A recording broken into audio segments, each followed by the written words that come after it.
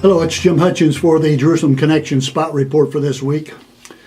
A week ago last Friday, there was a press conference held in the White House, and the press secretary, Josh Earnest, said that, he refused to answer a question as to whether the Obama administration would be imposing sanctions on Israel for the settlements, both in the West Bank, that is Judea and Samaria, and in East Jerusalem.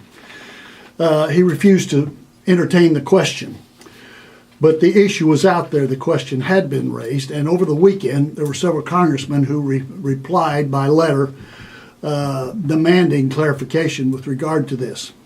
I mentioned this because I covered this in the Spot Report last week, and it was my hope and prayer that our nation would not impose sanctions. It would work to our peril.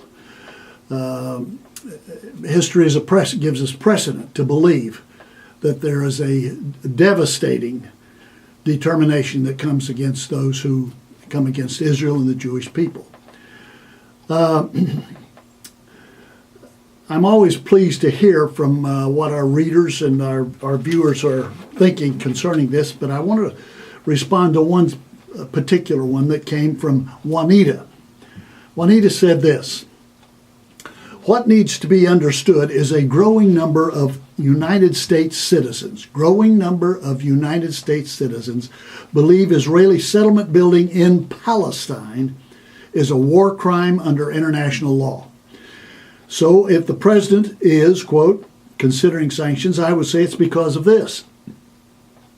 As president, it is his job to represent and act upon, if possible, the voice of the citizenry of the United States."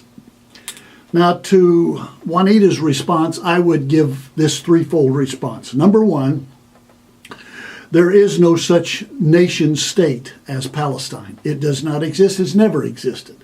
Palestine is the name that was given to Israel and the Jewish people, the region where the Jewish people lived, by the Romans.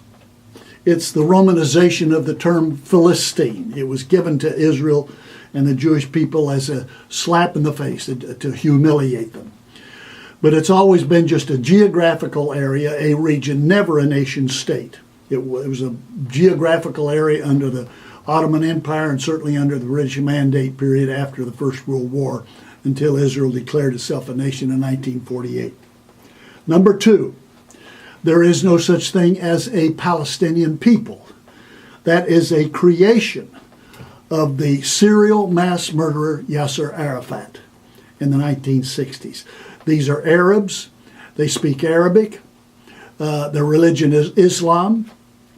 And some of them have been there for a long time. That does not allow them to inherit the promises. They do not thereby receive the promises made to Abraham and his descendants to have this as a homeland.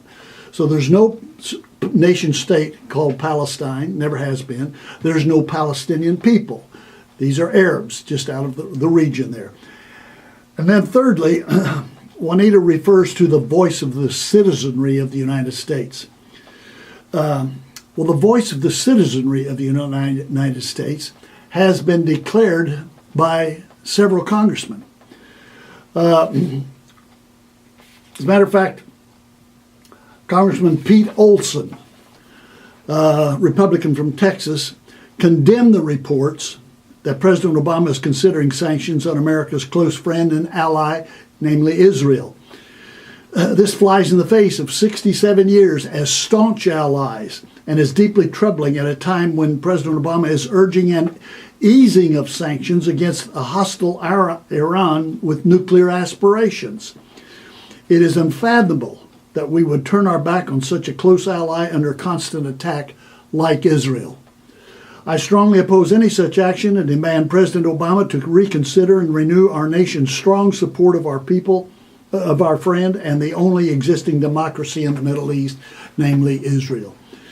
Congressman Olson was joined by Congressman Mark Meadows, Republican from North Carolina, and 46 others, 48 total, 46 other House colleagues in sending a letter to President Obama demanding clarification on recent reports indicating the administration is considering imposing sanctions against Israel for constructing homes in East Jerusalem.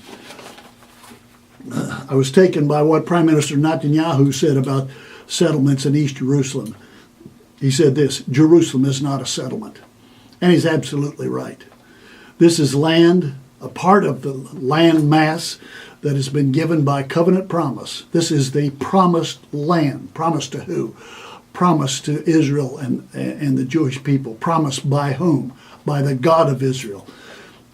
Isaiah speaks of this in Isaiah chapter 49, verse 15 says, Can a mother forget the baby at her breast, nursing at her breast, and have no compassion on the child that she has borne?